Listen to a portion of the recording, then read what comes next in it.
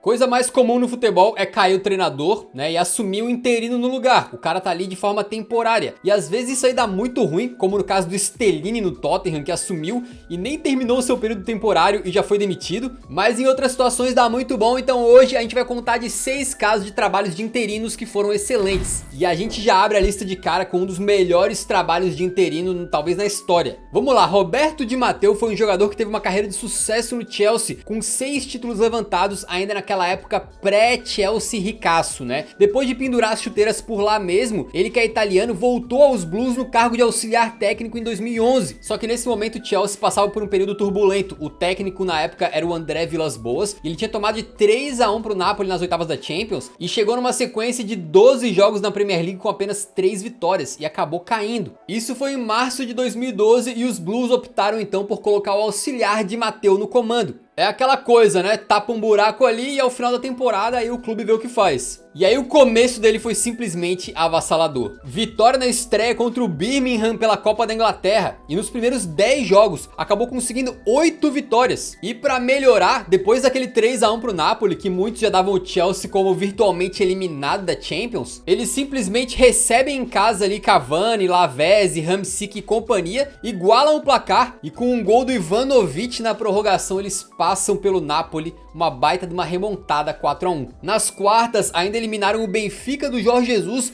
e nas semifinais simplesmente o atual campeão, o Barcelona de Pep Guardiola, de Messi, de Xavi, de Iniesta e de companhia. O primeiro jogo foi 1-0 com o Drogba sendo decisivo e no jogo de volta lá no Camp Nou o Barça vencia por 2-0 e tinha um jogador a mais, já que o Terry tinha sido expulso. Mesmo em desvantagem, o Chelsea conseguiu fazer um golaço de cobertura com o Ramires. E ainda contou um pouco com a sorte, porque o Drogba, craque da equipe, fez um pênalti. Só que o Messi mandou no travessão. Aí entrou o Di Matteoísmo, digamos assim, né? Porque ele simplesmente tirou o Drogba, né? Teve culhões, meteu o Fernando Torres e aí, amigo, o Torres estava iluminado, recebeu um chutão na defesa, dominou com categoria, driblou o goleirão, empurrou pro gol vazio e sacramentou a ida do Chelsea pra final daquela Champions. E quando chegou pra jogar a final, já era como campeão, porque eles foram avançando na Copa da Inglaterra e paparam o troféu, vencendo o Liverpool na final por 2-1. E aí chegou o momento de disputar a orelhuda e o jogo era lá na Allianz Arena, casa do Bayern de Munique, contra o Bayern de Munique. Foi uma final em que o Bayern foi superior, mas conseguiu abrir o placar apenas no final do segundo tempo com o Miller. Só que aos 43 tem aquela cabeçada estupidamente perfeita do Drogba para empatar o jogo. E depois nos pênaltis ele mesmo bate a última cobrança para eternizar aquele time do Chelsea campeão da Europa pela primeira vez com o técnico tampão. Em apenas 2 meses o Roberto Di Matteo entrou para a história do Chelsea agora como técnico e com as 2 taças acabou sendo efetivado no cargo. Aí tu pensa, pô, em apenas 21 jogos como interino ele mudou a temporada do clube,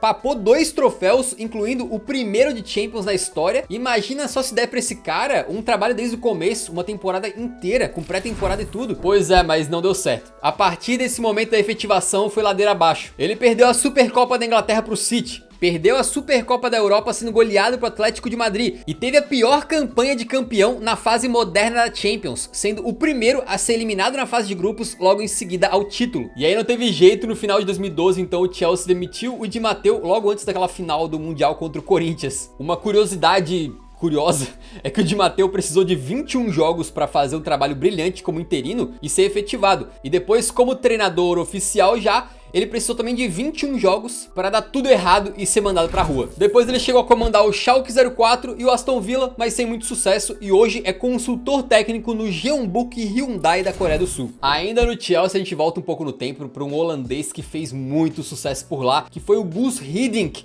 Ele assumiu como interino depois da demissão do brasileiro Filipão. Isso foi lá na temporada 2008-2009. E aí o Hiddink, obviamente, tinha aquela mesma função que o Di Matteo viria a ter anos depois, né? De dar ao clube ali um fim digno pra temporada. Só que a questão do Guus Hiddink é que ao mesmo tempo em que ele tava treinando o Chelsea de forma temporária, ele também era treinador da Rússia. E aí, beleza, ele chegou e logo de cara conseguiu uma sequência de 10 vitórias nos primeiros 13 jogos, conseguindo, por exemplo, eliminar o Arsenal nas semifinais da Copa da Inglaterra. Inclusive, ele foi pra final e venceu do Everton, né? Então é mais um interino que chegou ali e conseguiu garantir troféu. Nessa passagem dele como um todo foram 22 jogos e a única derrota que eles tiveram foi para um certo time aí do norte de Londres. E na Champions, cara, foi doideira completa, se liga. O Chelsea passou das oitavas de final contra uma Juventus que ainda tinha Nedved e Del Piero na época, hein? E nas quartas conseguiu eliminar o Liverpool de Torres, Gerrard e Xabi Alonso. E nas semifinais o Chelsea então enfrentou o Barcelona na primeira temporada do Pep Guardiola por lá. Na Catalunha foi 0 a 0, então a vaga para a final seria decidida lá no Stamford Bridge. O Chelsea vencia por 1 a 0 com um golaço do Essien, até os acréscimos quando sai aquele torpedaço do Iniesta, num jogo que vocês estão carecas de saber, ficou conhecido aí como o Iniestaço. Esse é um dos jogos mais polêmicos do século no futebol europeu, porque supostamente tiveram aí vários pênaltis não marcados pro Chelsea. Realmente foi uma arbitragem terrível que prejudicou os Blues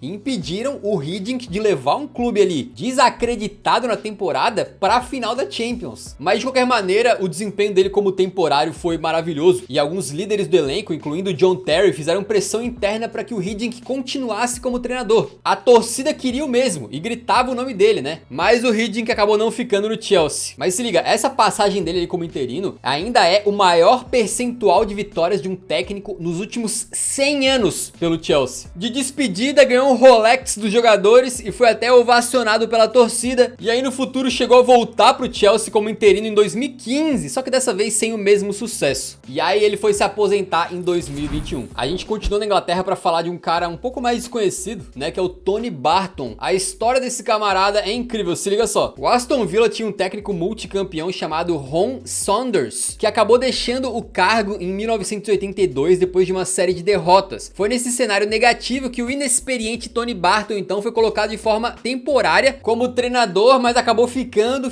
e fez história. Na época, o Aston Villa era o atual campeão inglês depois de ter conseguido o caneco usando apenas 14 jogadores na temporada inteira. E como campeão inglês, então eles tinham a missão de manter a hegemonia britânica da Champions League, já que nos últimos 5 anos a taça tinha sempre ido ou pro Liverpool ou pro Nottingham Forest. Inclusive fica o nosso apelo aqui para você assistir o nosso vídeo especial Times Imortais, o Nottingham Forest bicampeão europeu. É uma história magnífica para você conhecer. Mas voltando pro Aston Villa, naquela época não tinha fase de grupos, então o caminho do Aston Villa de Tony Barton para ser campeão europeu teve apenas 5 jogos. Nas quartas de final, ele eliminou o Dinamo de Kiev. E aí, com o trabalho engrenando, acabou sendo efetivado, né? Então, meio que ele ganhou a Champions já como técnico oficial, não como interino, mas como começou esse trabalho como interino, ele entrou na nossa lista. Na semifinal, ele bateu o Anderlecht da Bélgica. E na final, os Leões de Birmingham mostraram sua força contra o Bayern de Munique, vencendo por 1 a 0 e ficando com a orelhuda. O Barton depois também levaria o Aston Villa a conquistar a Supercopa da Europa para cima do Barcelona, metendo um 3 a 0 na prorrogação no jogo de volta. Na época, o Diego Maradona estava no Barcelona, mas não atuou nessa partida. Só que diz a lenda que ele pediu para o seu empresário ir no vestiário do Aston Villa pedir a camisa do Gary Shaw, autor de um dos gols do time inglês no jogo. Mesmo levando o Villa a maior conquista da sua história em apenas 3 meses de trabalho, a história acabou se repetindo, no sentido de que como interino foi muito bem, mas depois quando foi efetivado as coisas não funcionaram da mesma maneira. Aí o Tony Barton deixou o clube na temporada 83-84 e depois disso teve uma carreira muito modesta em times ingleses, ou seja, parece que o cara estava predestinado a mudar para sempre a história do Aston Villa naquele ano de 82. Você também pode mudar a nossa história. A cada vez que você dá um like, você ajuda o Eurofut a chegar em mais gente. É uma ajuda absolutamente fantástica, pô. Então fica o nosso apelo pra você dar essa força pra gente aí, fechou? Ainda no Reino Unido, a gente segue com o trabalho do interino Rob Page, que fez história comandando a seleção do país de Gales, né? A seleção galesa tinha surpreendido o mundo inteiro em 2016, quando na primeira participação deles na Eurocopa, os caras já conseguiram ser semifinalistas. E aí, passando um pouco pra frente no tempo, essa geração tinha um novo desafio, que era classificar pra Copa de 2022 no Catar. E para isso a Federação Galesa escolheu o ex-jogador Ryan Giggs para comandar a seleção. Isso foi lá em 2018 e ele comandou o país de Gales em 24 jogos, porém em abril de 2021, Giggs foi acusado de agressão e comportamento agressivo por 2 mulheres, que fez com que ele fosse afastado do cargo da seleção. Depois, no futuro, a justiça absolveu o Giggs das acusações, mas de qualquer maneira, na época, a Federação Galesa de Futebol, nas vésperas da Eurocopa de 2020, decidiu colocar o auxiliar Rob Page como interino. E aí, mesmo com esse clima pesado, o Gales conseguiu se classificar em segundo lugar no grupo A, atrás somente da Itália. Bem verdade que a aventura acabaria logo nas oitavas de final contra a Dinamarca, quando eles tomaram uma goleada, mas beleza, porque o Rob Page seguiu no comando da seleção como interino, né, e conseguiu ali colocar a sua filosofia dentro de campo. Ninguém aqui vai dizer que Gales jogava um futebol bonito, né, ninguém é maluco. Mas nas eliminatórias para a Copa de 2022, eles tiveram 8 jogos, venceram 4 e assim conseguiram o segundo lugar no grupo e uma vaga nos playoffs de classificação para a Copa do Mundo. No primeiro mata-mata, eles eliminaram a Áustria e no segundo, a Ucrânia. E assim, um camarada completamente desconhecido e que estava apenas como técnico temporário na seleção, Rob Page, fez algo que nenhum outro nome tinha conseguido. Ele levou o país de Gales para uma Copa do Mundo 64 anos depois da primeira participação. É loucura pensar que antes de 2022, a única vez que Gales tinha participado do Mundial tinha sido em 58, quando o Brasil não tinha nenhum dos seus 5 títulos. E, inclusive, vale lembrar, o primeiro gol do Pelé em Copas do Mundo foi contra Gales. E até esse momento a Federação Galesa estava meio na dúvida do que fazer, mas com a classificação para a Copa, eles foram quase que obrigados a efetivar o Page como treinador, né? E aí o seguinte, a campanha de Gales na Copa de 2022 não foi das melhores. Na verdade, foi horrenda. Último lugar no grupo B, apenas um gol marcado e um futebol lamentável. Mas o cara que chegou para apenas tapar buraco fez história na seleção. O próximo nome da lista aqui é um caso bem curioso, porque quando ele tava como interino, as pessoas estavam amando ele e depois, como efetivado, os torcedores do Manchester United já queriam ver o cara longe, né? Que foi o Solskjaer. Ele que foi ídolo e herói da final da Champions de 99 como jogador pelos Diabos Vermelhos, assumiu como técnico interino no final de 2018 após a demissão do José Mourinho. E a princípio, ele ficaria na função até o final da temporada 18-19, né? Enquanto a diretoria buscava um novo nome ali. A situação não era fácil, porque apesar do time estar classificado para as oitavas de final da Champions, na liga inglesa, né, o United estava em 6º lugar, a 19 pontos do líder Liverpool. E aí o Ole Gunnar Solskjaer, que tinha tido uma experiência bem limitada como técnico, né? Ele tinha treinado o Molde na Noruega e depois o Cardiff, que é do país de Gales, acabou tendo um início absolutamente surpreendente e arrasador no lado vermelho de Manchester. Nos seus primeiros 17 jogos, ele somou 14 vitórias, sendo que foram 8 seguidas. Um início tão vitorioso que superou o recorde que pertencia ao lendário Matt Busby, que tinha começado vencendo 5. A única derrota dele nesses primeiros 17 jogos tinha sido contra o PSG na Champions, um 2-0 na Inglaterra. Portanto, era praticamente impossível eles conseguirem reverter isso aí lá na França, né? Só que foi aí que o Solskjaer realmente ganhou os torcedores.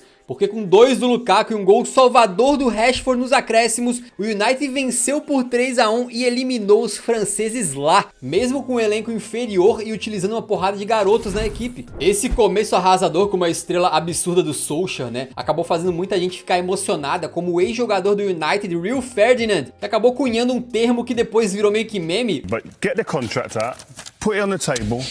Yeah. Let him sign it, let him write whatever numbers he wants to put on there, give him what he's done now since he's come in, and let him sign the contract and go. Ollie's at the wheel, man, he's doing it, he's doing his thing. Man United are back.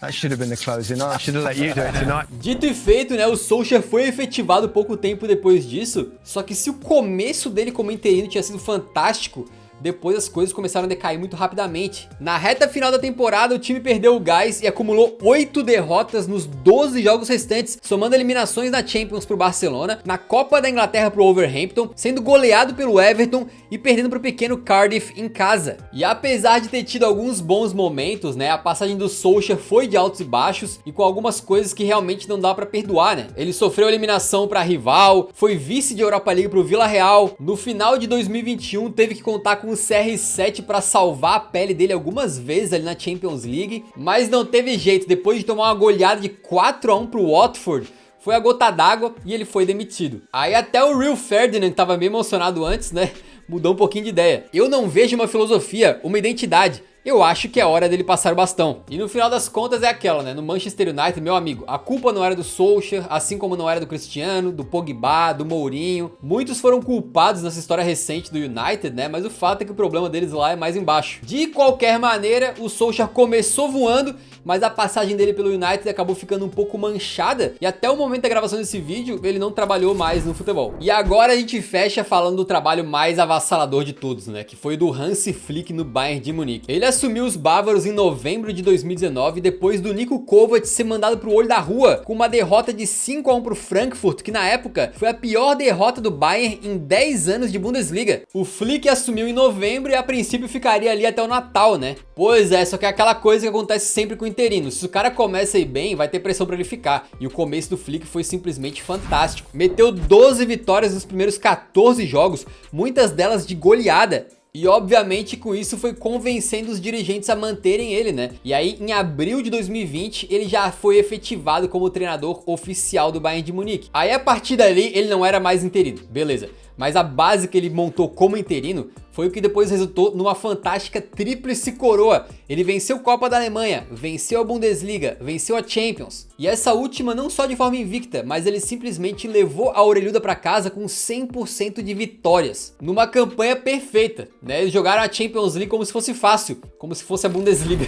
Não, mas agora falando sério, a temporada do Flick foi bizarra, se liga só. Foram 36 jogos, tá? Nessa primeira temporada incompleta dele, com 33 vitórias, um empate e 2 míseras derrotas, sendo que nessa campanha aí, além de ele ter sido super vitorioso, ele teve alguns resultados muito marcantes, como por exemplo, aquele 8-2 pra cima do Barcelona na Liga dos Campeões. É bom ressaltar que o Flick não tinha experiência como treinador na elite do futebol ainda, porém ele vinha trabalhando em ambientes de muito sucesso, né? Por exemplo, ele tinha feito parte da comissão técnica do Joachim Löw, que ganhou a Copa do Mundo de 2014 com a Alemanha no Brasil. O casamento entre Bayern e Hansi Flick ia muito bem, obrigado, até abril de 2021, quando ele pediu para sair do clube para assumir a seleção da Alemanha, né? Aí lá não deu muito certo, a Alemanha nunca conseguiu jogar um futebol tão bom quanto esse do Bayern de Munique nas mãos dele, né? Foi eliminada na fase de grupos da Copa do Mundo e acabou sendo o primeiro treinador demitido na história da seleção da Alemanha. Mas aquele trabalho como interino foi inesquecível, né?